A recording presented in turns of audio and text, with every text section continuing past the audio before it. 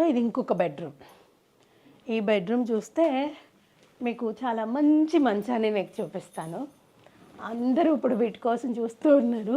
పందిరి మంచాలు అంటారు కదా, పందిరి మంచాన్ని కూడా ఆ అమ్మాయిని పెళ్లి చేసి పంపించినప్పుడు ఇలాంటి మంచాలు కూడా గిఫ్ట్ చేసేవాళ్ళు. ఇప్పుడు ఏం చేస్తున్నారు, డబుల్ కార్డ్స్ అని చెప్పేసి అవి కొనిస్తున్నారు కదా. కానీ అప్పట్లో ఇలాంటి పందిరి మంచాలు అల్లుడికి గిఫ్ట్ చేసేవాళ్ళంట. బాగుంది కదా ఇది. సో ఆ గుమ్మం హాల్లోంచి వచ్చాము. ఇప్పుడు ఈ గుమ్మం ఎగ్జిట్ వచ్చేసి ఇంకో హాల్ అనమాట. డబుల్ మండువా కదా, మరి అలానే ఉంటుంది. దీని గురించి చెప్పాలండి నేను.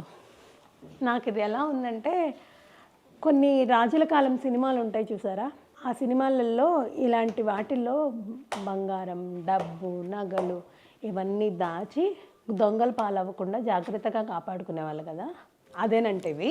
నాకు కూడా తర్వాత తెలిసింది.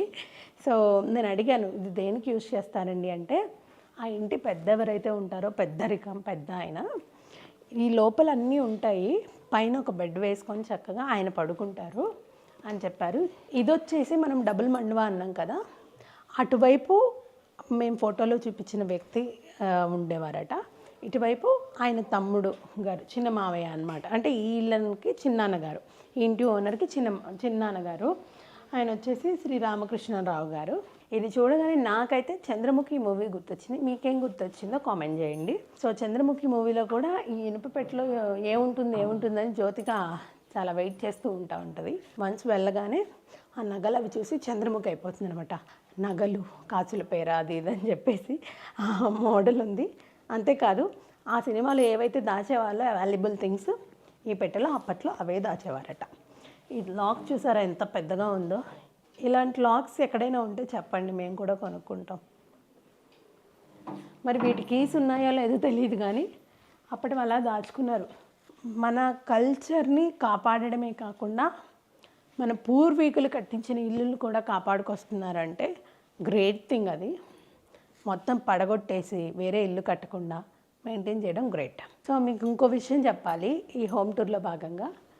ఇక్కడ ఎవరైతే చీర కట్టుకున్నారో పెద్ద ఆవిడ గారు, కసిరెడ్డి చల్లమ్మ గారు, ఆవిడ కట్టుకున్న చీరే ఈ చీర కాదు. ఎలా అవుతుందో చెప్పండి, ఆవిడకి 104 years అప్పుడెప్పుడో కట్టుకున్న చీర ఇప్పుడు ఎందుకు ఉంటుంది కాదు.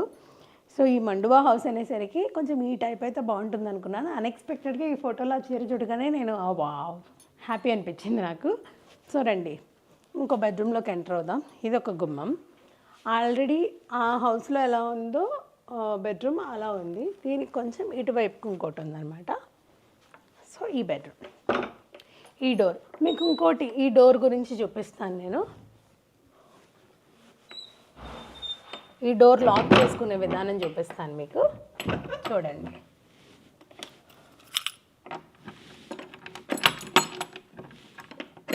ఇలా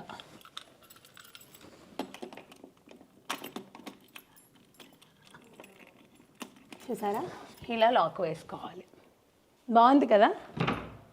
ఇలా మధ్యలో కాకుండా ఇలా పైకి ఇప్పుడు ఇలా తీసుకొని చక్కగా తీసుకొని ఎక్కడ మర్చిపోకుండా ఉండడానికి మళ్ళీ దీనికే తగిలించేసుకొని మనం ఈ డోర్ తీసి వెళ్ళిపోతాం. అంటే డోర్స్కి డిఫరెంట్గా ఎలా లాక్ సిస్టమ్ పెట్టారు అనేది చూపిస్తున్నాను మీకు. అందరూ అనుకోవచ్చు ఇలాంటి ఇల్లులు బోలెడు ఉన్నాయి కదా అని, కానీ వాళ్ళు కట్టిన విధానం, వాళ్ళు ఉంచిన విధానం ఏదైతే ఉందో అది మీకు చూపిస్తే ఏమన్నా ఇలాంటి ఇల్లు ఇష్టపడి ఇలా ఈ టైప్ కట్టుకోవాలనుకునే వాళ్ళకి యూజ్ అవుతుందనే ఒక ఇన్ఫర్మేషన్ కోసం యూజ్ఫుల్ అవుతుంది అని చూపిస్తున్నాను నేను. ఇదొక బెడ్రూమ్. దీంట్లో అడ్వాన్స్డ్ టెక్నాలజీస్